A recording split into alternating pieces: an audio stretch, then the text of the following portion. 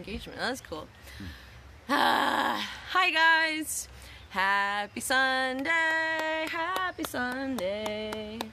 I'm here at Karuna with Luke McGuire Armstrong, my beloved friend, roommate, founder of Karuna, and we're having some tea here at the tea table. Good tea, I was going to say. Yeah. You did well. Thanks. Is there honey in it? There sure is.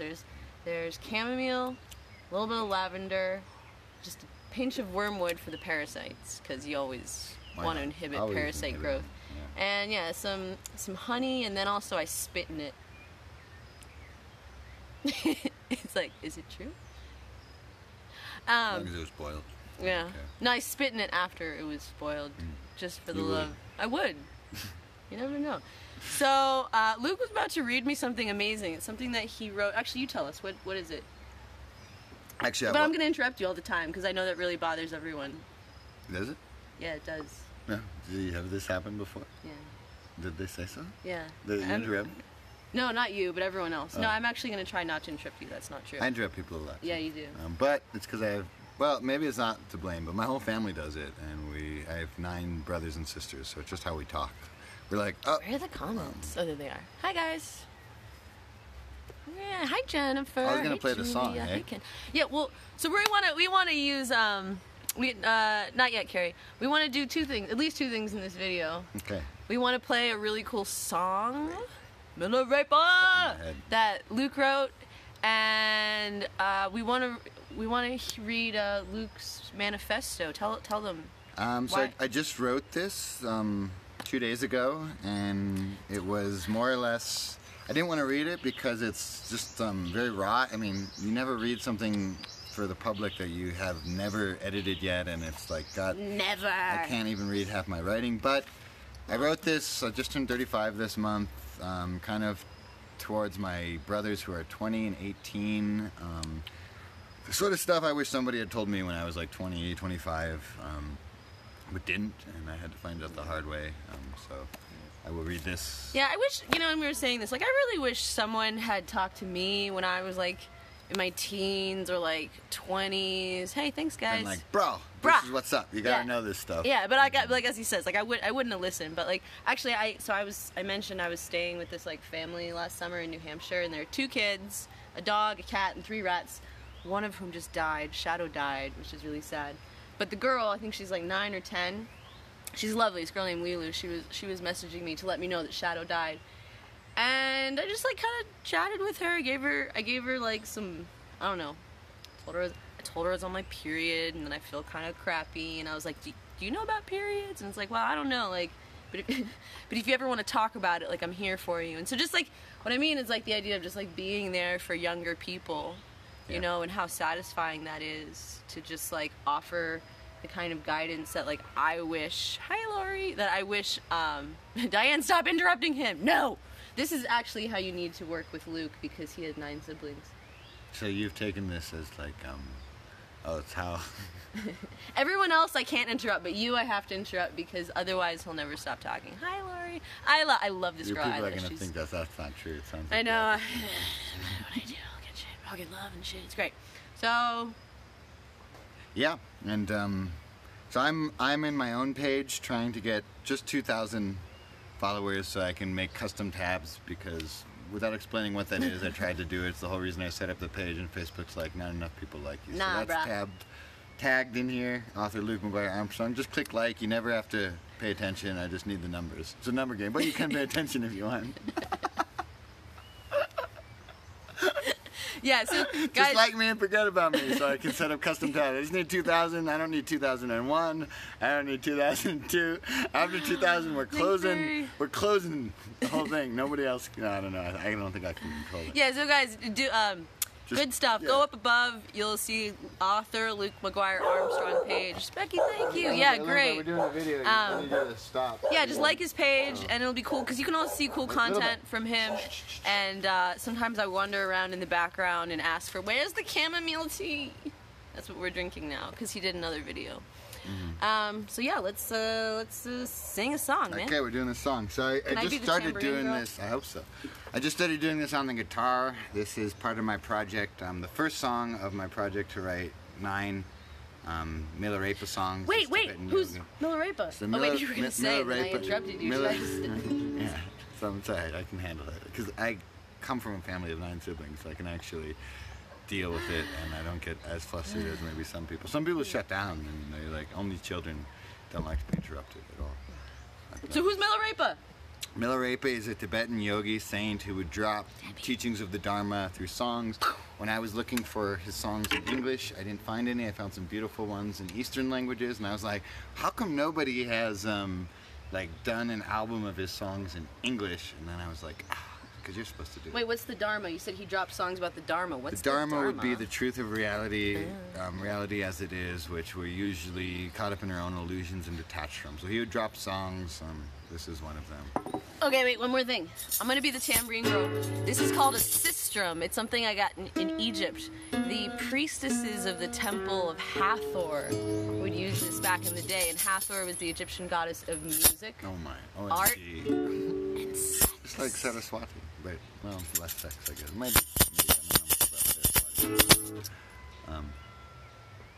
All right, without further ado. Okay, without further ado, so usually I do this on the piano, so no making fun if I mess up. Guitar is back in my life. All right.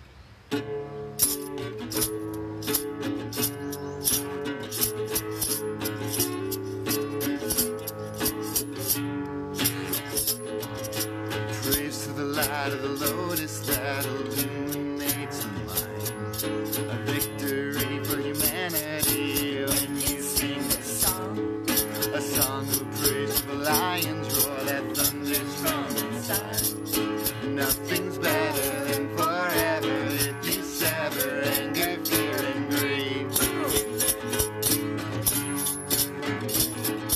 Trade your passions for compassion and you'll free your mind.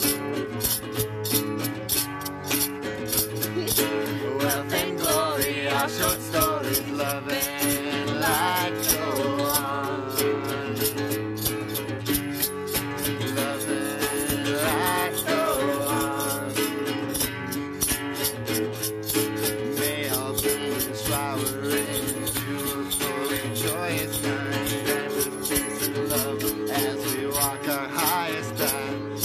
No better time than now to leave an alibi. 1,000 days starts today, so take a first step home. 1,000 days starts today, so take a first step home. Praise the light of the lotus that illuminates the mind. Victory for humanity when you sing this song. A song of praise to the lions for the thunderstorm inside. Nothing's better than forever if you sever anger, fear, and greed. Trade your passions for compassion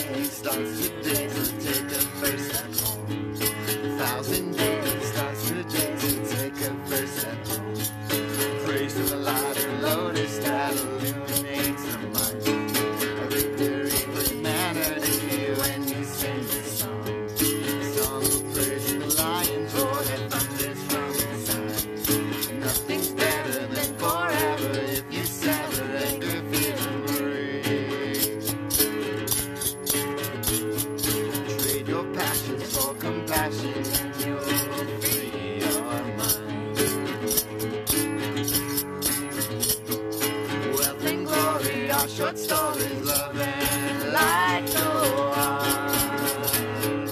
Love and light go on.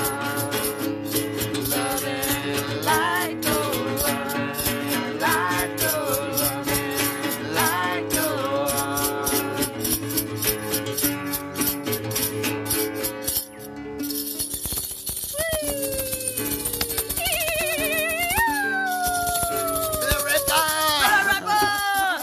So yeah, Luke wrote that song based off the work of a 14th century? 11th century So old! Tibetan monk named Milarepa, who's just like dropping the bombs of the of truth, man. Yeah. I think I'm an old man that just has to be a young man in order to become an old man. Yeah. I feel like I would make a pretty cool old man. I'll like be super awkward and weird. Yeah. Yeah, you're already You super think I'm awkward crazy and weird. now? You think I can't keep my collar straight now? You should wait till I'm an old man. Yeah. So, Manifesto. speaking of old man, Yeah. so for those who are just joining us who didn't see, 899 follows. Yeah, so guys, if you don't know, go up to Luke's page. Way more than before. You still have 0. Yeah, well, it's amazing how we all start from nothing. It's crazy. Everyone's like, I want to do the thing, but I'm not already there. It's like, well, you actually got to start from nothing when you kind of suck, and then you just kind of work up. So yeah, so if you're just joining us, Luke and I are here hanging out at the tea table, and he has something that he was about to read to me, and he started reading it to me, and I was like, wait, we gotta share this. This is too good. And I was like, it's so raw. It's just from my journal, and I can't read my writing, and I jump around because I make notes, like, go to the next page, but we'll try. And yeah. And I'm trying to get likes on my page, and actually I feel unliked, but because Facebook feels I don't have enough likes to do what I want to do, which is set up custom tabs, so I can set up like a tea tab. People are always like, what tea should I get? And I want to set up a bookstore for my books. Just go over there. You can like me and forget about me forever. Yeah, this is really just about the tea. Yeah, it's just about the tea store. I couldn't wait to like curate a tea store on my tabs. So he wrote this thing. You tell it. So 2 days ago, I wrote this thing. I was in one of my days without the internet, and just recently turned 35, and I've kind of been surrounded by people. A woman in my life who I love very much is writing a book where she's diving into some very vulnerable places. Erica, I read your book, is diving into some very vulnerable places. So I'm also aware of my own mortality, and that there's no reason to hold on to these things, especially really when letting them go can be very helpful. So this is even longer. And you're the one that wants me to read it. I was like, no, you convinced me. Wait. I want to. Okay, so the short this long. Look at this. advice to advice to our younger selves. You know, it's like, what do you wish someone had told you when you were in your like teens or like early 20s? You know, so that's what the point of this is. It's about advice on how to not to fuck up your life. And it's advice that's directed towards young men, but if you are a woman, you can have a sex change and then it'll be relevant to you, or you could just realize that I can change the pronoun and make it relevant to me in my own way. I think that's easier, probably. Yeah. Life advice. Okay, Life here we go. advice directed to young men and, there we go. And everyone, and old men and old women and whoever gains from it. So. Yeah, no, and I'm actually supposed to interrupt him because he told me to do that. So everyone else I'm not supposed to interrupt except Luke. I didn't necessarily tell you to do that. Yeah, you did. I said sometimes I go on and on. I'm just waiting for somebody to interrupt and like take the torch and talk, but not like when I'm about to say something and then get. All right, I'll down. stop. That's not what I meant. Anyway, it's okay. You know, we all have things to work on. Some of us, I understand Erica's brain's kind of like mine, like blah, blah, blah, all over the place. But this thought came and I have to get it in here because it's relevant to what you're saying, and actually they're saying something that feels relevant to them. So, okay. Upon turning 35, an open letter to younger men. Dear brothers, it is not that I am much older than you or believe I have answers to life's ultimate questions, but having just entered my 35th year, here are a drive-by of things I wish someone had said to me when I was 25, 20, younger. Not that I would have listened or altered my course through some of the storms I was headed to. Knowing that life's greatest lessons are learned through living, here's some of what life has taught me in a decade .5 of adulting. May they be seeds that grow through the sunny days and storms of your life. Adulting. Fun, huh? Good verb. Fun, yeah, that's the way we use words. Give yourselves at least a moment of stillness every day. It's in serene silence when the quiet voice of your heart has a chance at being heard over the raucous chatter of mine. Is that how you say that? Ruckus. Raucous. Ruckus. No, Raucous. not ruckus. It's raucous. Raucous. R-A-C-U-O-U-S. Raucous. You know that? Raucous. Raucous. Over the raucous chatter of mine. And if you don't hear what your heart has to say, your mind will set you on a course where you'll have to keep running. Because that's the only way to lead a life without heart. To never slow down enough to feel the soul's longing alive but starving inside. It doesn't need to be anything specific. Go for a walk. Listen to a river. Come to know the birds in your neighborhood by their calls. Make a habit of really tasting your coffee or tea. Read something inspiring. Download a meditation app. Insight timer. Just give your heart at least 5 minutes a day to show you the way, and that's enough time for the heart work to happen. So long as he's given time backed with a sincere intention to truly feel and know what's there. In life, you can't be anyone you want to be, but you do have a chance to fully be you. And if you don't, you'll only become the resentful ghost of who you were meant to. And if you don't do that, you'll only become the resentful ghost of who you were meant to be. Oof. Wait, rewind. Can you say that, like, that sentence leading up to that again? In life, you can't be anyone you want to be, but you do have a chance to fully be you. And if you don't, you'll only become the resentful ghost of who you were meant to be. The hardest part of my journey has been one of admitting to my mind what's in my heart. I wanted to be strong, so it was easier to run away from the weak, scared, hurt places inside. And literally, I would run up mountains for miles, past what was healthy exercise and into the realm of bodily harm. Yep. Oh, and then before I said, do these 5 minutes, this is a note. An edit version will be there. Before you scroll through your phone in the morning, just don't. Yes. Don't, Oh, that's a good point. Yeah. Don't Before- scroll through your phone and then if you already broke it.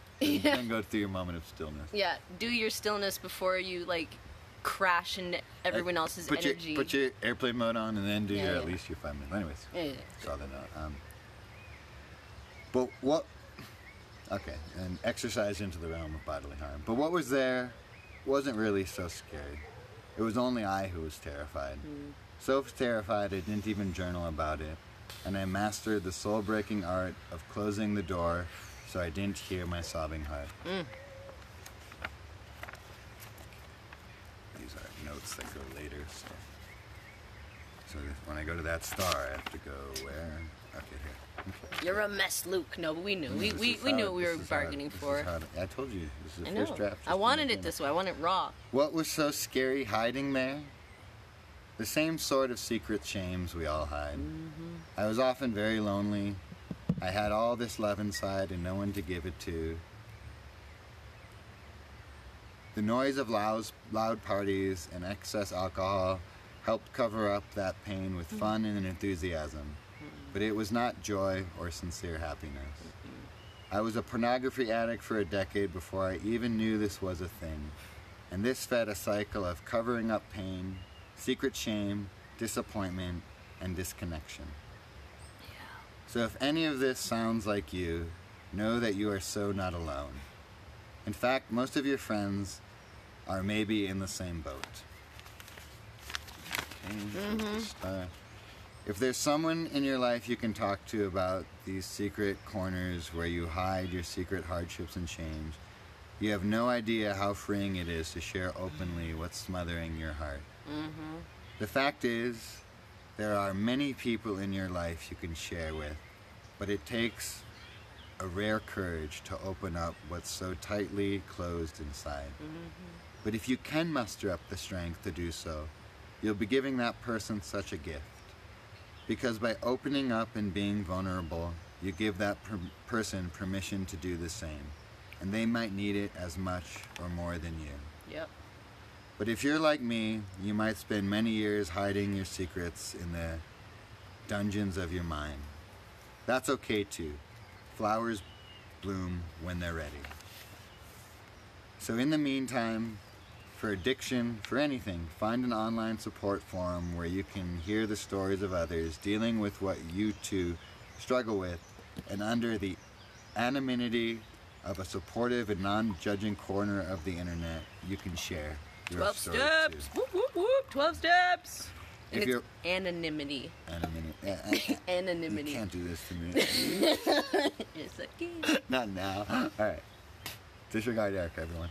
If you're Okay. no, don't do this. If you're wondering where to begin, you already have.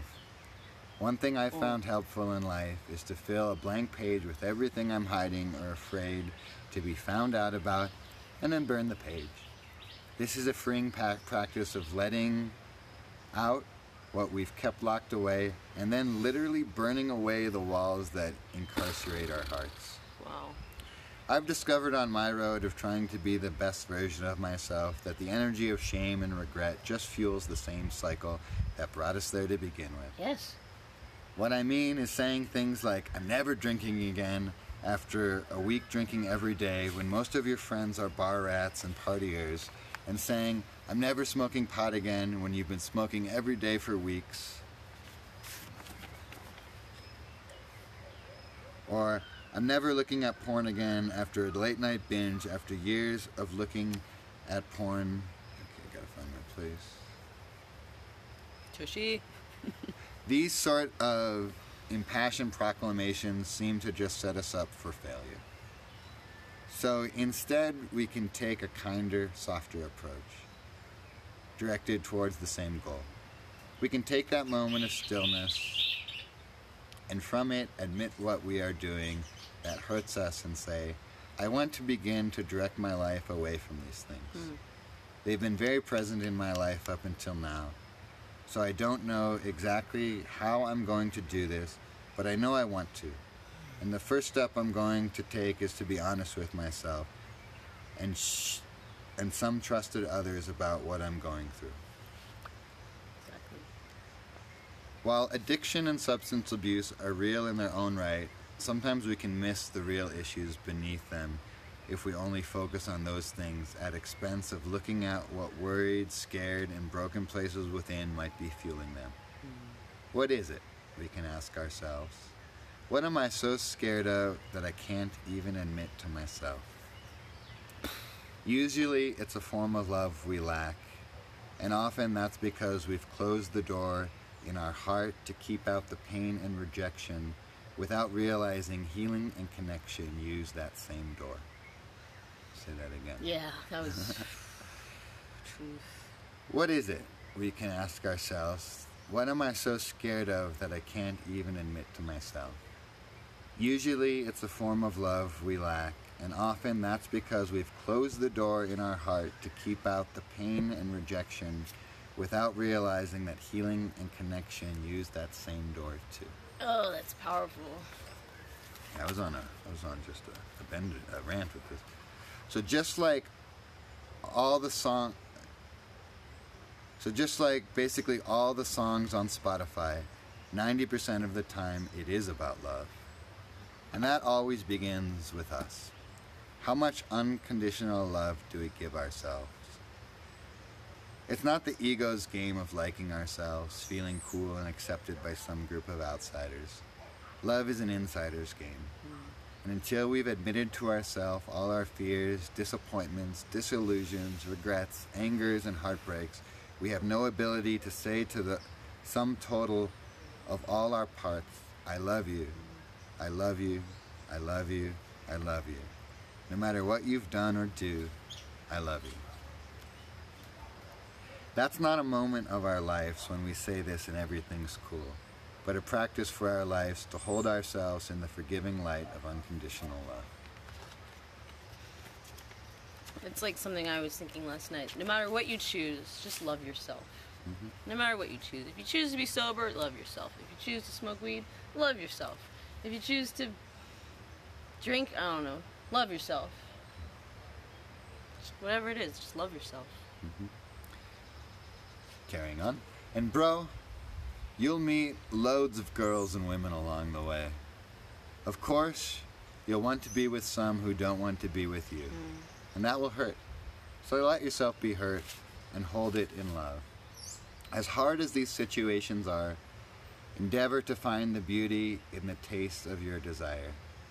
See it as a precious jewel, to be so disarmed by someone that all the rest of busy life just sort of stops. Ultimately, whatever this shining person possesses, they don't have the most important bit, a genuine desire for you. You'll meet some who want to be with you and you don't want to be with, and that will sting. So remember that all hearts are marked fragile, handle with care. Don't lead people on just because you crave the affection they shower on you. Be true and learn the difference between someone who genuinely loves you and someone who really likes the thought of you on a certain shelf in their lives. So let yourself be stung and hold them in the gentlest place in your heart. They are on the journey of life and love too. And it's inevitable. You'll meet someone who will gaze at you with the same longing you gaze at them with. And as inevitable as winter, I should cut inevitable when I edit this, repetition anyways. And as inevitable as winter yields to spring, you'll find yourself in each other's arms. And that's where the real work of honesty and vulnerability can begin. With the context of love, you'll find the fear of its loss. You may find, or within the context of love, you'll find the fear of its loss. And you may find yourself speaking from your wounds in order to wound. You may find yourself cut by the one you love's broken pieces. You may try to control your beloved. Your beloved may try to control you. You guys know how it goes. It can get so messy. The only solution I know is to be gentle and honest with yourself and with her. Keep your morning centering practices close at hand during these times and see your opinions and perspectives for what they are. One guy's thoughts at one very finite point of infinite time.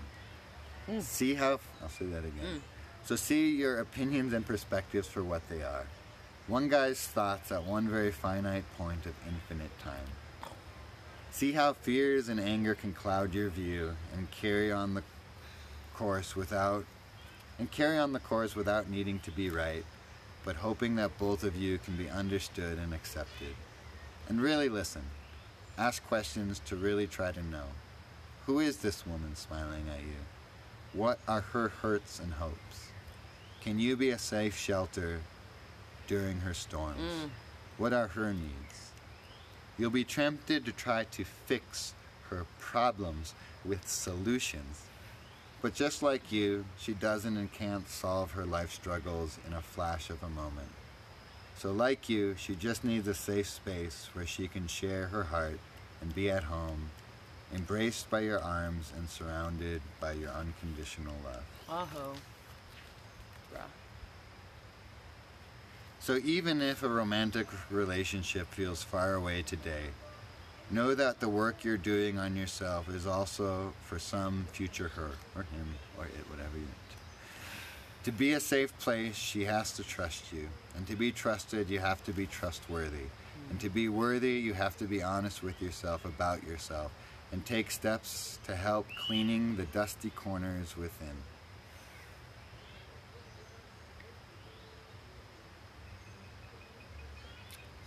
Good stuff. Okay. The woman in your life is like the boss at the end of a video game level. It takes a lot of work just to get there. I don't know, I have some notes to make that funny, and it's the first draft, guys. She made me do it. And take care of yourself in the face of love.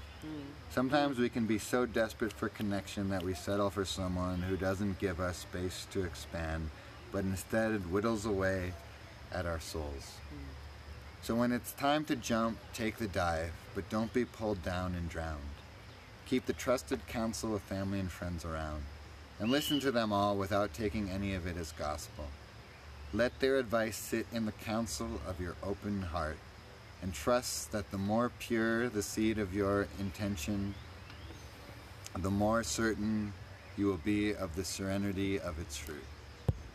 Because people, lovers, jobs, bosses, friends, groups of friends, cities, apartments, cats, dogs, and aloe vera plants will come in and out of your lives, and we should enjoy them all like the last sips of the finest wines. For the cup of life isn't bottomless, and sometimes it will be time to let go of things, so something or someone new and not yet known can enter into our lives and change everything for the better. And that brings me to the most important part of all, the freedom your own mortality can bring you. The ultimate letting go will be of your own life, and you can redirect the energy of fear into purpose. You don't have any time to waste living less than you know you are. Can I redirect the energy of fear into purpose? That's so good. Yeah, I've written millions of words in my life, but this is one of my favorite. This is as deep as I go came out in this, for sure. You are the pilot of the most splendid vessel on a green and blue ball. I mean, shit, son. You are the pilot of the most splendid vessel on a green and blue ball bursting with life flying through outer space. Which is exactly why anyone who gives you career advice based on economic gain is trying to trap you in a game you can only lose. You'd be best to run from persons who can't see past bank accounts, and there are so many who can only see your talents and energy as commodities. They do not see your soul. They cannot feel your heart, so just run. You have nothing of value to gain and everything worthwhile to lose. Strive to lead a life where what you do brings you out of bed with the jolt that only a soul living its depth of purpose can do. To find out what that is, you'll need to discover who you are. To do that, you'll need to be so genuinely open and honest with yourself. The meaning of life is to do things where you find the most meaning. A big house, expensive cars, a beautiful but vacant wife can't bring you this meaning, but chasing them can drag you so far astray from your purpose that you forget what it was. So strive for simplicity. As much as you can see if you can take, and as much as you can, see if you can take some rocks off the road where others pass to ease their journey, as so many have done for you. We all die, but too few of us fully live. Too many of us are caught leading someone else's life or carrying out the ghost of someone else's dream. So dream. Above all things, dream. Dream for you. Dream for us all. Make life into a sacred ceremony. Nurture your smile. Dance and sing at all costs. The world is this brutal for no other reason that hearts have forgotten their songs and we've become too inhibited to dance. Wait, read that one again. That was... The world is this brutal for no other reason that hearts have forgotten their songs and we've become too inhibited to dance. Bam. So many preaching religion have forgotten to live love. Trust anyone sincerely seeking answers, but be careful of anyone who claims to have found them. The real answers to life come from living itself. They don't come in inflexibly formulated doctrines. Perhaps following your heart's call will mean you need to leave a religion, or maybe it will mean you'll have to join one. Just never scoff at any of them. Churches and temples and mosques are places where human sincerity goes to rest and find peace and to humbly ask for help. Only the very jaded and broken want to mess with that. The greatest comfort we can take from the world's greatest teachers, Jesus, Buddha, Socrates, Rumi, Muhammad, Milarepa, Francis of Assisi, Ramana Maharshi, Yoganama, etc., is they all lived their lives without fear of death, full of heart, without worrying about possessions or legacies, but solely concerned with comforting others and easing their pains and opening their hearts to unconditional love. Seeing, I don't know, something I can't read. So who are we to live with fear and doubt when each of us has a lion's roar waiting to burst from our chest? Who are we not to believe in ourselves when the world's greatest teachers begged us to trust our own hearts? So whoever or wherever you are today, it won't be who and where you are tomorrow. The next 1,000 days of your life starts today. So take the first step home. So point yourself in the direction your heart knows it needs to go, and have faith that that's all you'll ever be asked to do. To take a single breath and step in the moment called now, directed towards the future place that can hold your highest bliss. A place we'll find right now, one day, or right now, today. It depends on how much we're willing to give and how fully we can forgive ourselves and others for so-called faults. But trust me, you got this, and all of the universe is here to help you get this. You got this. Bam! Dude, that was great. A very rusty first draft. Yeah, that was great. So you're going to send that to your younger brothers? I'm going to send it there. I'm going to post it on my author page. I'm going to post it on my blog. I'm going to try to get it published somewhere that pays. I'm a writer. I should do that. But yeah, it's I have a lot of editing to do. I'm going to refine it, add to it, subtract from it, make it funnier, give it some, knockout punches more, but that was all written just from beginning to end. And it came from that place. Like, I made a dedication this month to turn off the internet 3 days a week, and that wouldn't have come out if I hadn't done that. I would have been too distracted with what's happening with Instagram and how the world's going to shit and scanning through headline news to be able to really feel that there was something very deep in me that needed to just come out. And so it did, and there it is, and I'm really grateful to share it with you people. I'm gonna run to go pee in those trees over there so I can be less jittery. If you people are still here, I'll say hi then again. Cool. Yeah, hey guys. Yeah, I know there's some drama going on in the comments. It's alright, that's normal. You don't really put yourself online without drama. Yeah. Luke is a very special person in my life. He's my roommate, as you guys probably may know.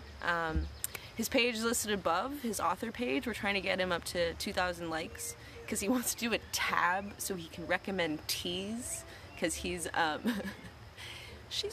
not even gonna entertain the negativity. So I thought that actually I started editing my book, because I'm getting ready to get the print book online. So in August we're going to have the print book ready to be ordered, which is going to be so exciting to hold the book and the journey that it contained, and it's really like a guidebook and manifesto for others to... I was going to say, I can get you it here. What do you mean? I'm shipping stuff to my parents' house in the States and bringing it down. Yeah? Here, so yeah. Wait, what do you mean you're bringing it down? You're having it I need some debit cards. Oh, yeah, that's the thing. So I'm having my parents send a box to this thing that it's like a whole process you guys don't need to know about. But it is possible if you... they ask for... The reason I only have 3 fingers on this hand is they ask for that much. In order to mail a box here. But I'm willing to give this finger up so that we can get another box mailed from America. Yeah, so you can ship some copies of it, and we can get it to Guatemala. That'd be very cool. And her book is really, it speaks to the same message and is awesome, and I can't wait till you can have a paperback of it. Cause that's what I was thinking as I was listening to it. I was like, this sounds like a lot of the themes I'm talking about in my book. So I was just editing the first chapter, the first of 12 chapters. So I thought that I could, while we're here, I would just read the first chapter to you guys. I did a video where I read the second one. What? No? You what? What? I was just trying to read the Oh, comments. yeah, I'm not yeah. squinting. I'm not like making faces. I thought you were making... It's just far like, away. I can't see. You don't want to read my... You don't want me to read my book? No. Okay. So, you know what? So a lot of That times... escalated real quickly. Yeah, it did. Yeah, Carol reading the comments. There's some interesting energy in there today, but that's to be expected. Wow. The trick with the ban negative... those people. Ban the I know, bad but it people. goes Ban so fast, and you know, it's like you don't want to cares? give Yeah. it Maybe they too need much it more than attention. anyone. Yeah, exactly. You know, they need an outlet. I'm out of water. Do you have any more hot water? I mean, I know how to make it, You know how to make hot water? but I don't know. Sweet. All right. I can come back with hot water in there. Okay, cool. I'm gonna hold down the fort. Yep. All right, guys. How are we all doing today? Happy Sunday. I'm very soft and kind of today. I'm on my period, which means that I get a pass. I'm just being very gentle with myself. So, Leaving America with Erica, it's on Amazon. You can find it. It's currently an ebook. I'm in the process now of editing. As you can see, I'm doing some edits here. Justy, thanks. Yeah, negativity, it happens. It's life. You know, it's like the trick is just don't feed it or take it personally, because it's not actually about me, you know. Don't read the comments, Luke. I will tell him not to read the comments. Don't worry. Okay, so here we go. Chapter 1, my story. In fact, you know what? I'm just going to turn off the comments, and now I can't even see the comments. That's great. So Chapter 1, my story. It opens with a quote. In the beginning was the Word, and the Word was God. I often feel confused about where my story actually begins. Does it begin the moment my heart broke open, when my sister told me she was pregnant, and I knew then that I could not keep pretending everything was okay? Or maybe it began with my head down on my desk at work, lamenting my life in this job that I hated, that kept me docile and domesticated, with a paycheck I received every 2 weeks that barely covered my living expenses. Subheading: The cracks in the mountain.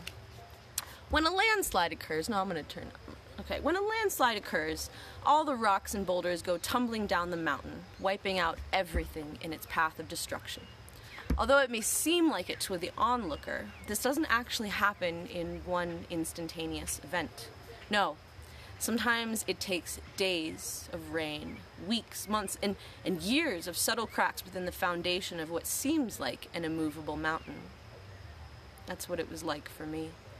My life seemed like this immovable mountain, but slowly, over time, almost imperceptibly, cracks began to form, and one day, the pressure and tension were enough for something to break. And it did.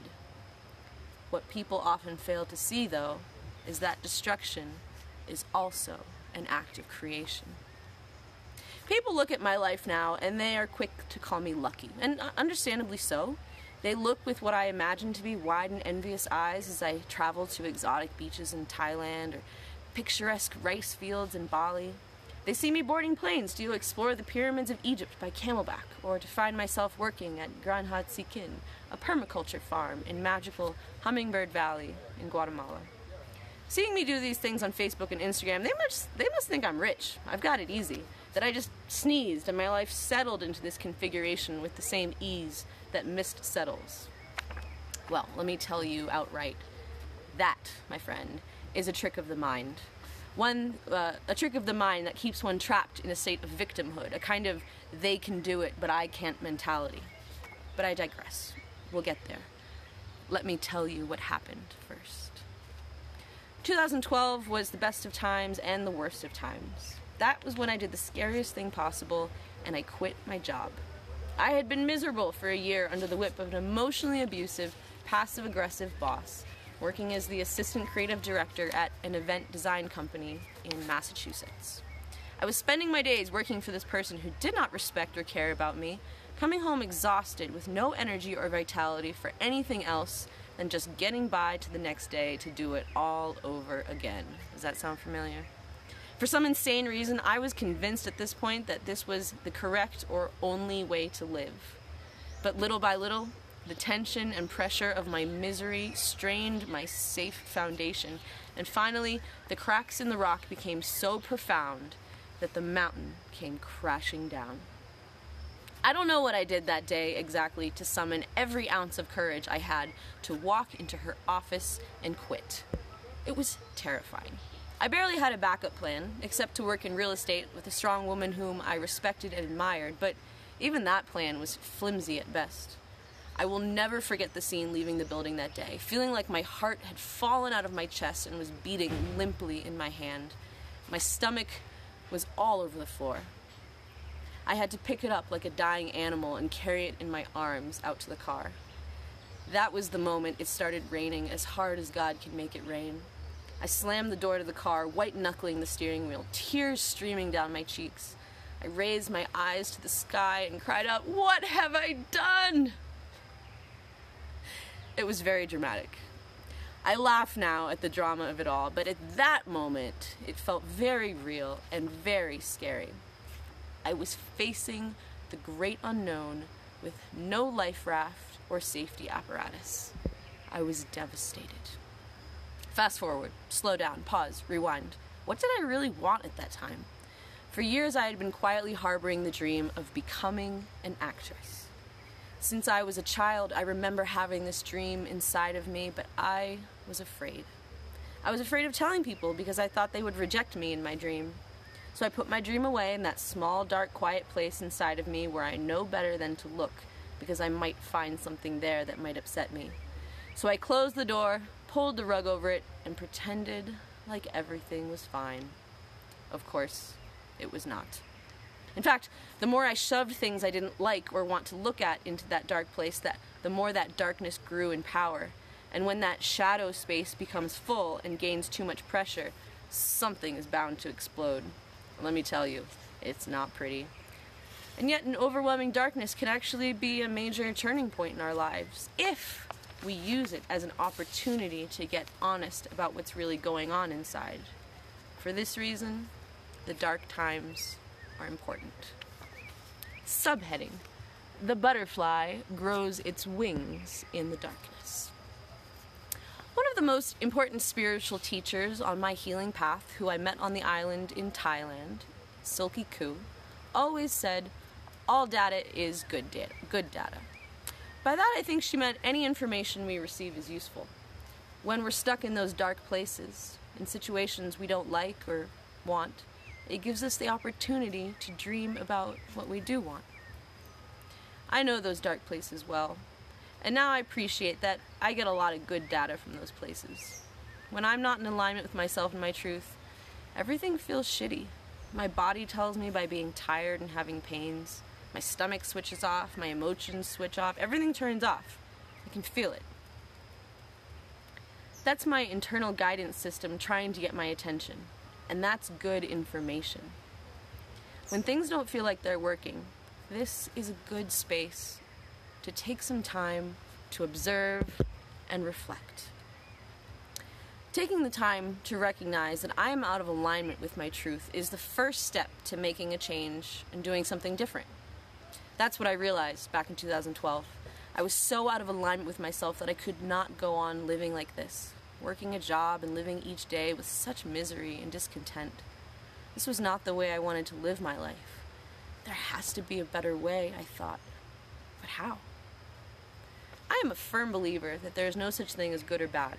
Whether we're talking about relationships, experiences, emotions, outcomes, etc., those terms are just judgments. Rather than judging things as good or bad, I like to think more in terms of inputs and outputs. If I eat foods full of toxic chemicals, input, I will feel shitty, output.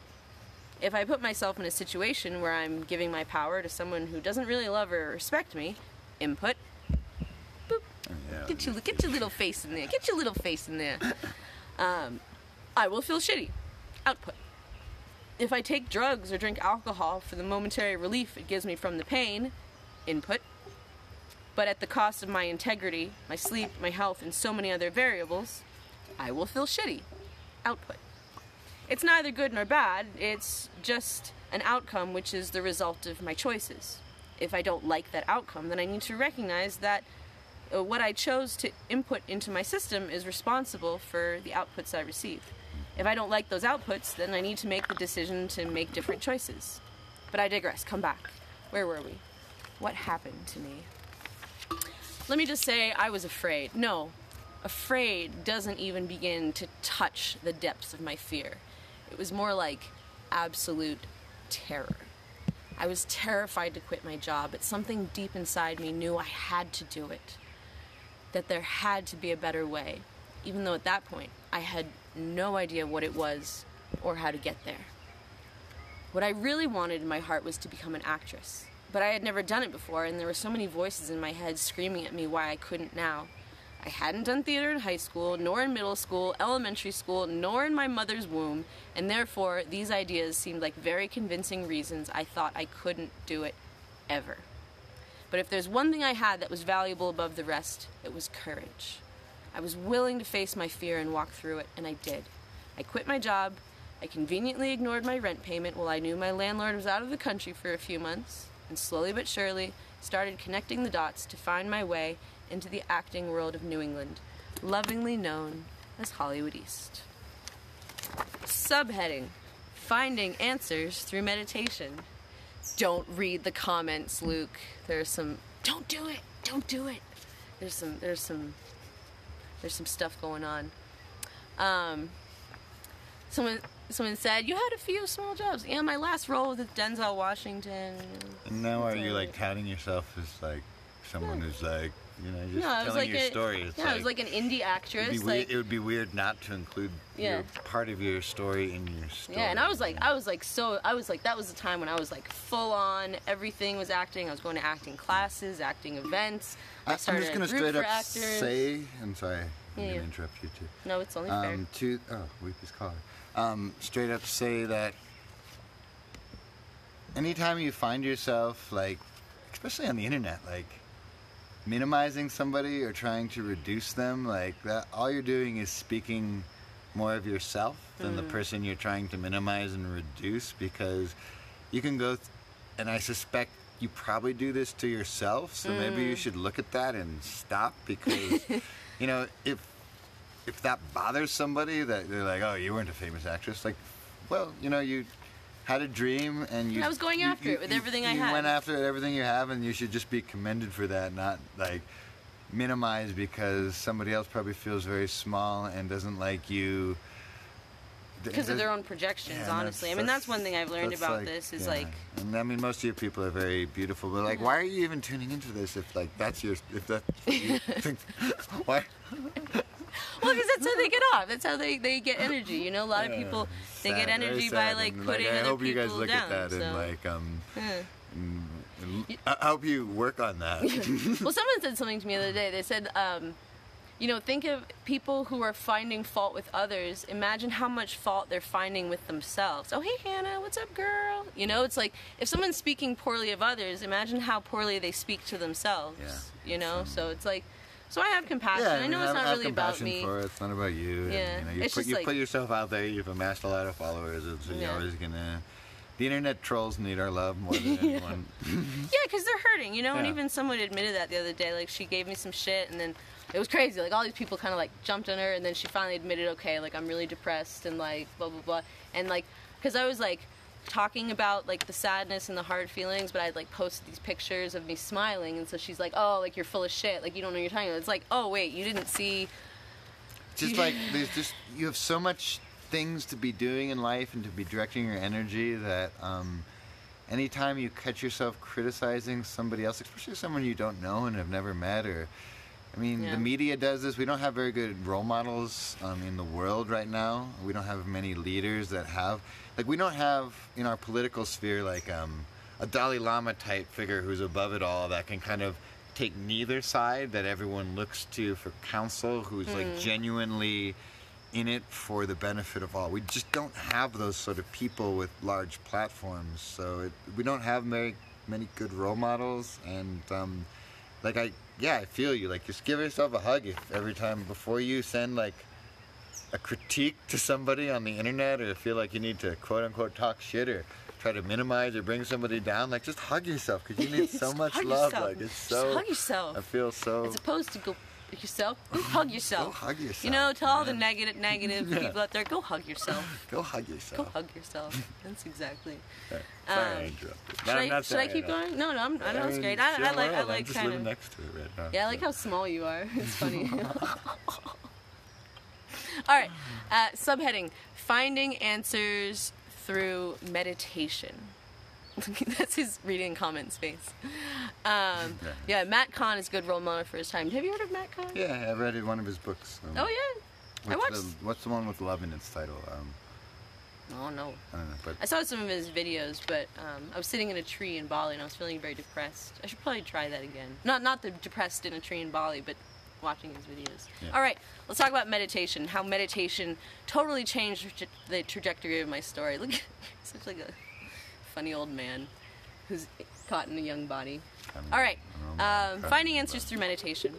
It was around this time I was driving to a real estate appointment in Worcester, Massachusetts, that I passed by a transcendental meditation center. However, at the time when I was driving by and swerved to a sudden stop, I didn't know that's what it was.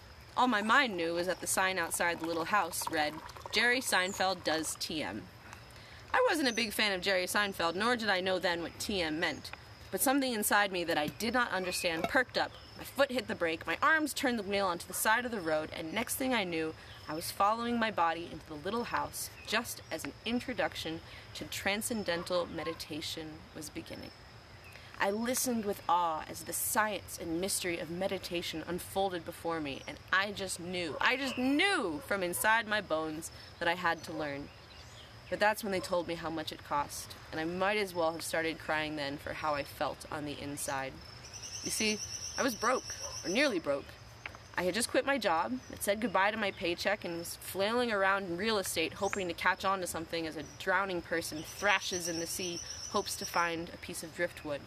Or, perhaps in my case, a piece of the ship onto which I had myself planted the bomb and exploded it into pieces, casting myself into the water. But let me assure you, where there's a will, there's a way. I knew I was led to this meditation program at that moment. I could feel, with something my thinking mind didn't understand, that this was important to me. And oh, my mind, did that sucker protest. You see, the mind loves structure, control, security, predictability, and to put everything into clean little boxes that are neatly labeled and easy to understand. And yet following my mind and her need for security and control was the thing that led me into the prison I had found myself in. And she was the one who had turned the key. So everything I was doing at this point was in direct contrast to what my mind wanted. It was like we were at war with each other, and let me tell you, she was being a really nasty bitch. She would say the most awful things to me, like, "You're worthless. You're making a mistake." Kind of like what some of the negative people say. You're fake, you know.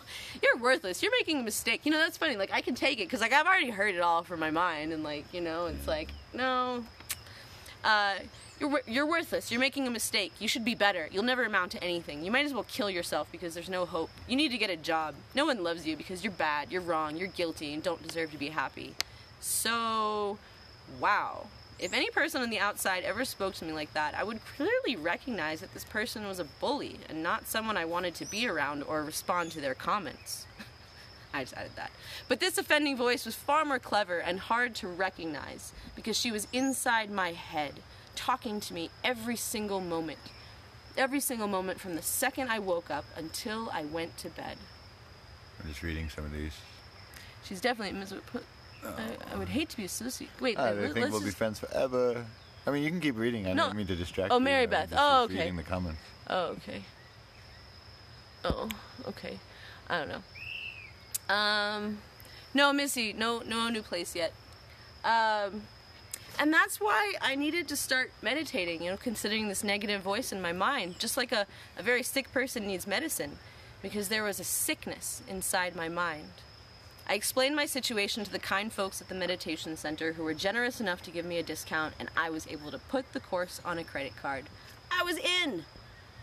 Cultivating a daily meditation practice had far and wide-reaching implications. Yes, he says he will play a... Oh, no. Oh, no, what are you doing? What did I do? He will play a Cat Stevens song. Was that a it. yes? You will play a Cat Stevens song? Yeah, I mean, sure. Do you know one? Yeah, I'll remember one, yeah. Can you play it after this reading? Yeah, Yeah, I think so. Cool. Stick around. Stick around. Put up with my reading. I used and to play one like 10 years ago. See if it's still let's in do there. it. If not, make it up. Be like, this is Cat Stevens' song. No, like Can you sing along? Okay, I'm not even gonna touch the comments because I'm distracting you too much, even with my silence and. When you were reading, they were like, "Stop making faces. You have ADD." Like, and it was like, man, the internet. But it's for the tea tab. It's all for the tea tab. Go and like Luke's page so we can get some tea. Okay. Okay. So cultivating a daily meditation practice had far and wide-reaching implications in my life. It was during meditation that I received the idea to get a camera. But it wasn't really an idea. It was rather a profound knowing that I needed a camera. It had been years since I owned a camera. This is something it had been years since I had owned a camera. I had began my photography apprenticeship in 2001 in Washington. I began. No, that's correct. Yeah, I began my photography apprenticeship in 2001 in Washington, D.C. with an amazing photographer who specialized in photographing events like weddings and social and political parties. I did that for many years through my late teens and into my early 20s. But life took me like a river takes a leaf, and I had fallen away from my photography practice. As I connected to myself through meditation, I felt it was time to come back to doing photography. But how? I was still broke. I didn't have money to spend on a camera. I could barely buy groceries. So, subheading. What about money, honey? Here's the thing. People get so caught up in money as if it's this fixed thing, like a castle built of Lego pieces that have been glued together. I know well the fear of not having enough money and how limiting that can feel. But one of the most important things I learned during that time was that it's not a matter of the resources I have, but rather how resourceful I can be. The feeling I got in meditation was so strong that I just knew I needed to figure out a way to get a camera. But I had no idea how, and I struggled to believe it was possible. But my beliefs around what was possible didn't stop me from praying on it. I talked to my concept of God and the angels about it, and I chose to open myself to the possibility of owning a camera, and even stretch my mind to expect it would somehow arrive. Soon enough, my dad told me the good news that he was getting married. He had been with a wonderful Italian woman for several years, and they were finally getting hitched. That's when the universe bent to deliver me an answer. He offered to buy me a camera in exchange for photographing his wedding. Bingo! Thank you, universe. To the applause of the angels watching over me, I got the camera, a refurbished Canon 60D off Craigslist. I used it to shoot the wedding, and on the day I stood on the steps of the cathedral or whatever building it was in Rome was also the day I found out that I was officially offered the role in The Heat with Sandra Bullock and Melissa McCarthy. What a celebration! Amidst the darkness, the light shone brightly. For the next year, my photography career and my acting career grew like two plants climbing up each other in the garden. If you took one away, the other would fall. They were inseparable. I built up my reputation post by post on Facebook and found acting auditions and photography clients. Even though I was nearly broke and cried all the time out of fear of falling to my death as I crawled across the vast and daunting chasm of the great unknown, I kept moving forward, finding a way to pay my rent and my bills and feed myself.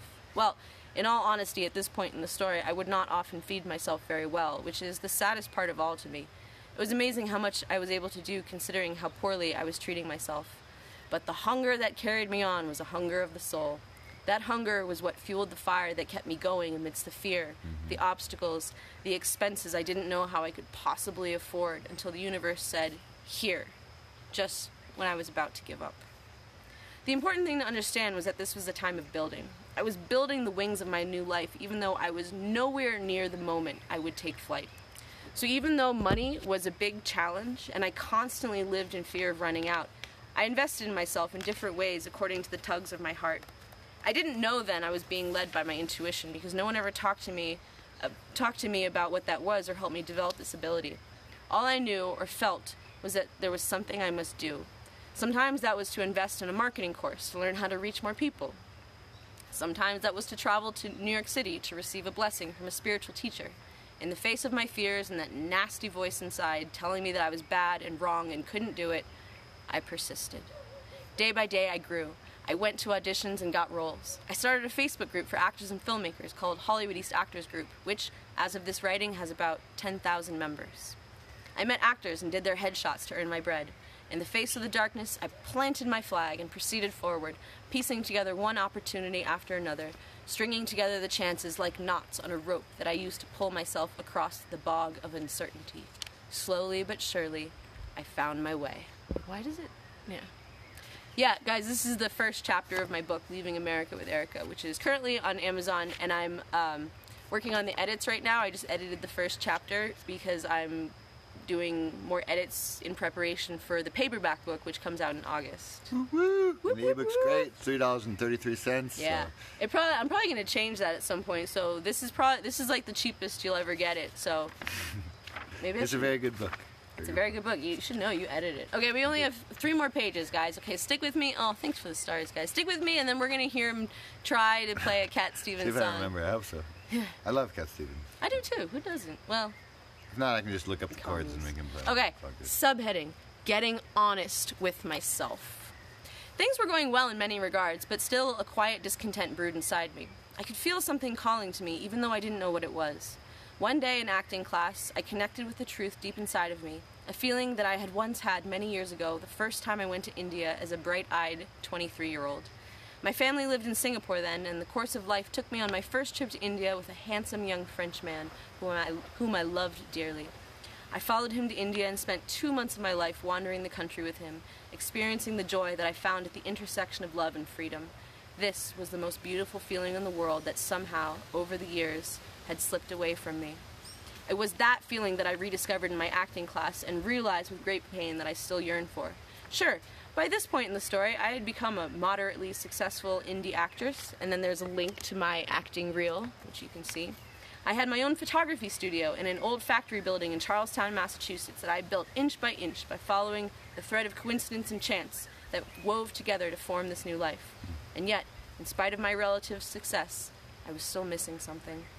I will go later into detail what happened next and how I pulled it off. The important thing to know is that I got honest with myself and fully acknowledged that I was missing something that my heart yearned for. So it's just like what you were reading, you know, connecting with like, oh, hi, Jimmy. I think it's no coincidence that we have become very good friends. You were resident number 1. You're currently the only other resident living here. Aside from the dogs. House is empty! Yeah, but we're doing construction on it, so it's good. And it's no coincidence that we have found each other at this juncture of our lives, and we can really reflect positive things instead of probably feeding vices and addictions, which we might have done like 5, 6, 7 years ago. Yeah.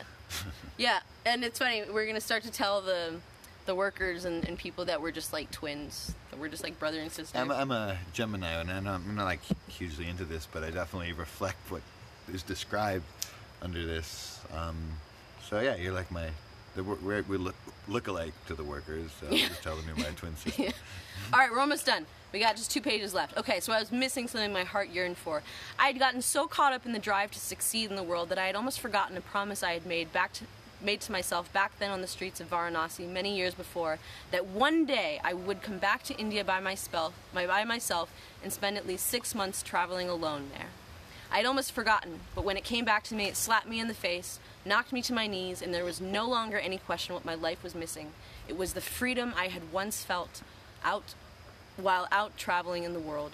Now granted, reconnecting with my desire to go traveling to India for 6 months was not necessarily a welcome realization at that point.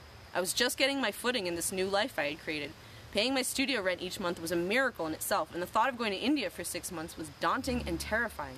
How could I possibly afford that when I was just getting by as a struggling artist? And yet something in me knew I must do it. I must find a way if my soul was ever to be satisfied. Long story short, I did it, and I'll share the process in the following chapters. It was the most challenging and rewarding thing I ever did in my life up to that point. By the miracle of the divine, I made the choice to go. I believed, spoke, thought, and acted my way through the darkness and uncertainty. I made different choices about how I spent or didn't spend what money I earned, and shortly before my 29th birthday, I boarded a plane bound for India, and my life was forever changed. I spent 6 unforgettable months in India having an adventure beyond my wildest dreams. I met my teacher M. I went to the Himalayas and learned about energy and plant medicines. I learned how I would never truly learn anything as long as I was angry. I'm a Scorpio. I made mistakes. I had hard lessons. I had awe-striking moments waking up on beaches, in the mountains, sunrise on desert dunes, crying my heart out over lost loves. It was rich, it was full, it was an adventure that changed me. I came back from India and got back to work, building my photography business and taking acting roles, doing the thing I loved. And yet again, something was missing. Something was missing. I was just going through the motions to work and pay my bills, and it wasn't satisfying my soul. And that was when I received an invitation to Thailand and started the whole process over again. And again. And as of writing these words, I've been traveling on and off for about 6 years. I just went to Egypt on a sacred pilgrimage with a group of women, and now I'm in Guatemala, living in Hummingbird Valley with this guy, and truly loving my life. Today I live a life that defies reality, and people are amazed and confused about how I do it. Sometimes I am too. But I just keep following the steps that I'll be outlining in the coming chapters, and the mystery just keeps weaving together to give me this amazing life beyond my wildest dreams. A life that I would never thought was possible back in the misery of 2012. Back then, with my head down on the desk, overwhelmed with fatigue, my world felt so small and my options so limited. But it turns out, that wasn't the truth. Liberating myself from that misery was indeed possible, and it required that I finally admit to myself how I was really feeling inside and start making different choices. And that's exactly what I did. Last part, guys. If I had listened to the original set of fears and beliefs in my mind, I would never have left. I would have stayed small, stayed put, stayed in the realm where things were becoming predictable and safe, and yet a realm where my soul was not happy. The important thing to understand is that I had to change as a person to achieve what I did. I had to reassess the beliefs I held in my mind, holding each one up to the light, examining it and questioning it, interrogating it like a detective. Who are you? And who put you here? I asked each suspect. And the most challenging part of all was finding the ones that wanted me to believe that my dream was impossible, that I was incompetent, that I was trapped and there was no way out, and that's just the way life is. And I had to cast these thoughts over the side of my ship like mutineers discovered on deck and proceed forward with the remaining crew. If you are reading this and feeling the call for freedom, travel, adventure, or just a different life than the one you have, let me assure you that it's possible. But you will need to challenge yourself and grow as a person. You do not get to have the magical new life that fills your soul with joy while holding on to the same life that fills your heart with discontent. My story is an example of this. In the coming chapters, I will outline how I've done it, and if you're willing to follow these steps with courage, honesty, an open mind, and a willingness to step out of your comfort zone and reassess what you believe to be true, then I know you can create a fantastic new reality like I did, and continue to do so by following this map. No one will have an easy hand, but if you're willing to make the hard choices and necessary sacrifices, then anything is possible for those who dare to believe. Woo! Yay! That was chapter 1 of my book. Very impressed you with reading your book and responding to comments, and like maybe one eye reads your book, the other one reads the comments. Like, I don't know how you do that. Yeah, a lot of practice splitting my focus. All right, I think we were promised a Cat Stevens song. I hope I can deliver. If not, I'll play you guys a different song. Let's see, where's my battery at? I mean, I used to play just one. I should play more of it. I want to send you gifts from Colorado. How would I do that? I would love that, but we can't get mail. It's a thing. Unless you send... No, we can't.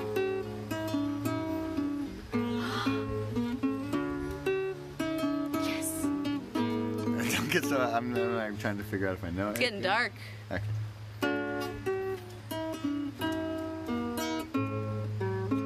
Okay, this is not... I don't think this is spot on, but it's... how would the next part go? It's like... Setting sun, I never wanted water. We'll just try it, guys. I seriously have not played this song in 10 years and haven't really played the guitar in 5, but I'm getting back into these things as my neck injury heals. Ginger.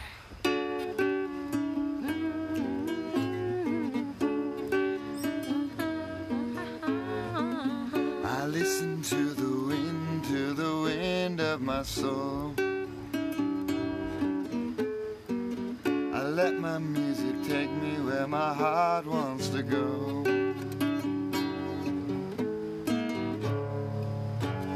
I fell into the setting sun.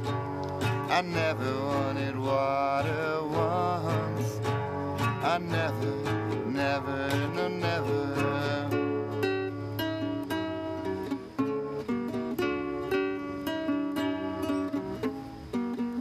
Listen to my words, but they fall far below.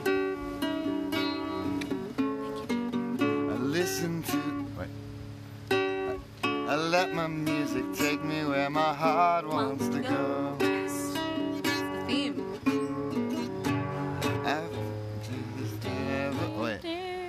Sounds like someone has a homework assignment. Alright, how are we doing on Do Now? Why don't you play the song that we started with? Because I bet a lot of people didn't hear it. Milarepa. Alright, we could do that one. Alright. We could do that one. Yeah, I guess. Yeah, Hey, let's do Little it. Bear, So we'll end with this song. Little Bear. I wanted to do a different one though. You want to do a different That's one? possible. Alright, do it. I'll do it. it. I'll do Do you want to sit up here so you're not a leprechaun? Okay, I guess. I didn't know. My butt and mosquitoes Maybe are you're getting me. maybe you're a giant. Typically, when people meet me in person, the first thing they say is, "Wow, you're much smaller than I expected." I'm actually about the size of a Snickers bar, like the fun size one, which are not. Like, All right, we'll do the Milarepa song if there's an encore. So this song is one I wrote in 2014, and it was very interesting. It was about this girl I'd met in Nicaragua, and it's kind of in the song.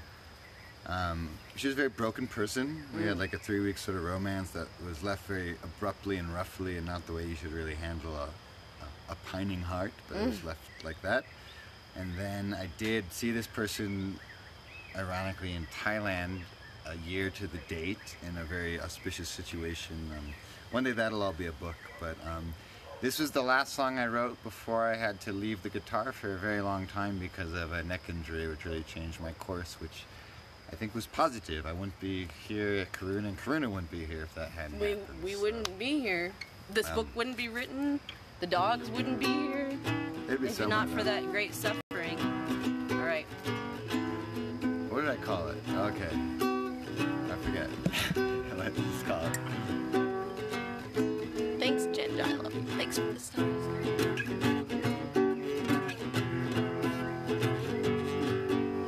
When I turned my head, she was standing by my side. I whispered to my whiskey, well, let's give this a try. I smoked hand-rolled cigarettes and pretend that I could drink without their breath. She said, my mama don't remember, but my papa, he can't forget. Just 'cause they sent you off to war doesn't mean that you're dead yet. I like the way you think, she said. I like the way you drink. So let's get on with it. So let's get on with it. So let's get on with it. So we got on with it and sang. What is the subtle breeze breathing beside of me? She laughed and said it's just summer. Such a sweet talking lady, such a bright blinking baby. I can see why they keep you around. And if it happened once, it might happen a bunch. Everything that you want is happening now.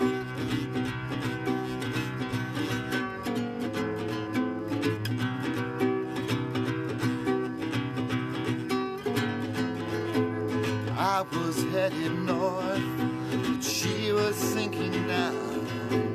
I sung of the sea, but she could barely stand on ground. And when I saw her notebook, man, you know I really lost my shit. Here were all my dreams, all in acrylics. I said, I don't know your name, but I really like that smile. She said, you don't know my pain. I said, well then I'm innocent, that for now. I'm really innocent, that for now.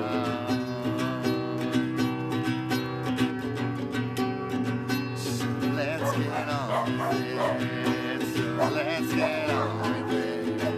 So let's get on with it. So we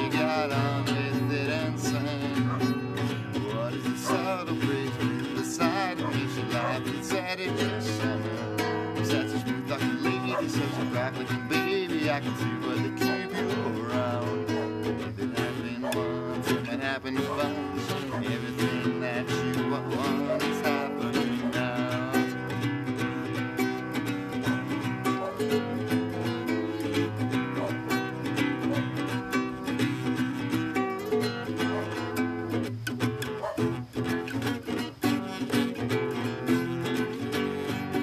Sometimes you're too soon, sometimes you're too late. Sometimes defeated hearts, well, they make their own fate. I couldn't get to her heart, so I settled for her lips. Sometimes it's the past that has the tightest grip. We've all spent late nights just mumbling to the moon. Don't let that damn sun come out so damn soon. Said I like the way you watch yourself. I like the way you're not any part of me, or anything to me, or anything to me, or anything to me. So let's get on with it. So let's get on with it. So let's get on with it. So we got on with it and sang. What is the subtle breeze breathing beside of me? She laughed and said it just summer. Such a smooth talking lady, such a bright blinking baby. I can see why they keep you around. If it happened once, it might happen a bunch. Everything that you want is happening. Yay! Hooray! Hooray for the song. Miller Raper. Miller Rape. Wait, that's not. Wait, was it Miller Rape? I don't know. It's pretty dark. Okay. It's pretty dark. Miller Raper. All right, we'll do a Miller Raper song. Okay. So Miller Rape, Do we 11th need century context? Tibetan monk who did not write songs in English, but he would write songs in Tibetan, 11th century Tibetan, and drop mad wisdom. And so Luke, Drop wisdom like bombs, yo. yeah, so Luke translated them into English, or like revised, like you did like your own Interpreted version. them. You yeah. interpreted them into the heart English. of them in my own rendering. Great. Okay, so here we go, and we'll wrap up with this because it's getting dark. Yeah.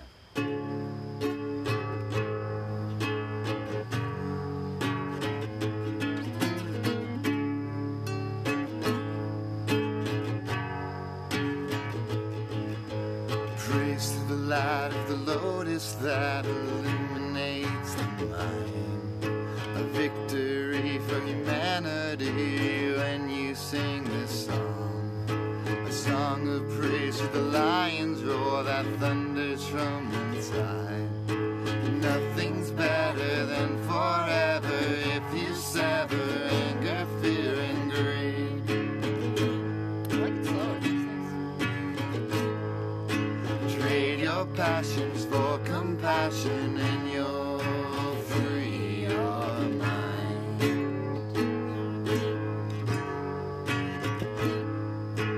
Wealth and glory are short stories, love and light go on. Love and light go on.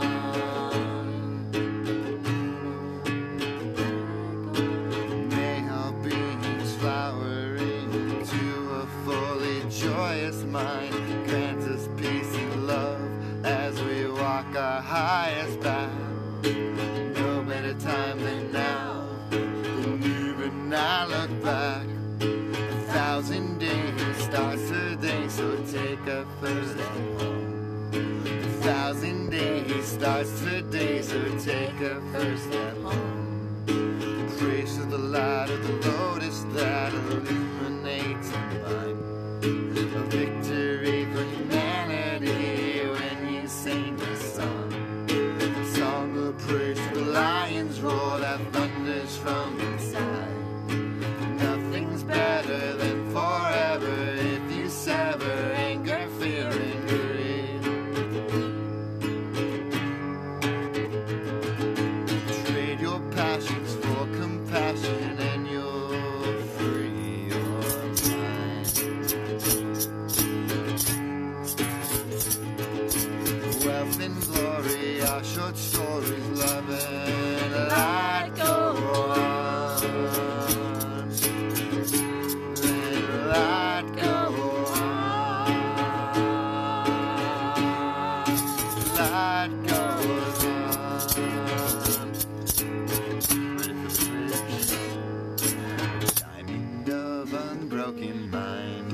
faces all with love, rain of endless blessings, compassion from above, drink of truth's nectar and overcome desire.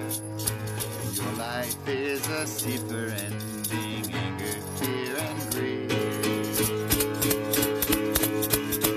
May all beings flower into a fully joyous mind, dance with peace and love as we walk our highest path. No better time than now to leave and not look back. 1,000 days starts today, so take a first step home. 1,000 days starts today, so take a first step home. Last time, praise to the light of lotus that illuminates the mind. A victory for humanity when you sing this song. The songs of praise to the lion's roar that thunders from inside. Nothing's better than forever if you sever anger, fear, and greed.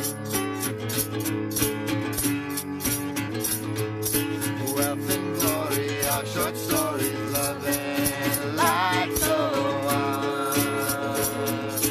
Love and light go on.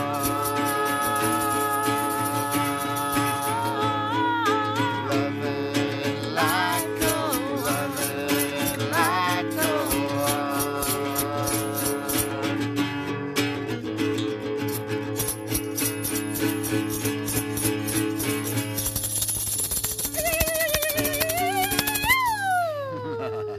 All right, it's getting dark. It is dark.